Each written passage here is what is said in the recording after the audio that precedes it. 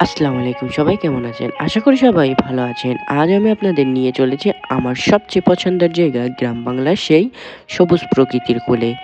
গ্রাম বাংলার প্রকৃতি কখনো কথা বলে না, তবুও তার নীরবতায় এমন এক অদ্ভুত শান্তি আছে যা সরাসরি হৃদয়ের গভীরে পৌঁছে যায়। সকালে যখন সূর্যের আলো আলতো করে গাছের পাতায় পড়ে তখন মনে হয় প্রকৃতি যেন হাসছে।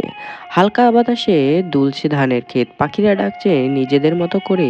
এই দৃশ্যগুলো সত্যি মন ছুঁয়ে যায়। শহরের কলহ, ব্যস্ততা আর যান্ত্রিক জীবনের মাঝে আমরা অনেক সময় ভুলে যাই প্রকৃতির এই নির্মল সৌন্দর্য। কিন্তু যখন গ্রামের মাটিতে পা রাখি মনে হয় এখানেই আসল শান্তি, এখানেই জীবনের আসল সুখ। সবুজ প্রকৃতি মানুষকে এক ধরনের মানসিক শান্তি দেয়। মন খারাপ থাকলে যদি একটু খোলা মাঠে গিয়ে দাঁড়াও, যদি একটু গাছের নিচে বসে বাতাসে চোখ বন্ধ করে নিঃশ্বাস নাও, মনে হবে সব দুঃখ কষ্ট ধীরে ধীরে মিলে যাচ্ছে। প্রকৃতির এই নীরবতা কিন্তু ফাঁকা নয়, এর ভেতরে আছে জীবনের ছন্দ।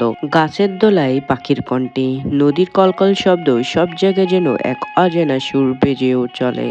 আর এই সুরটাই আমাদের মনে এনে দেয় প্রশান্তি, শান্তি, নতুন করে বাঁচার অনুপ্রেরণা। আমি সবসময় মনে করি মানুষ আর প্রকৃতি একে অপরের পরিপূরক। প্রকৃতির যত্ন নিতে পারলেই প্রকৃতি আমাদের ভালোবাসার সাড়া দেয়।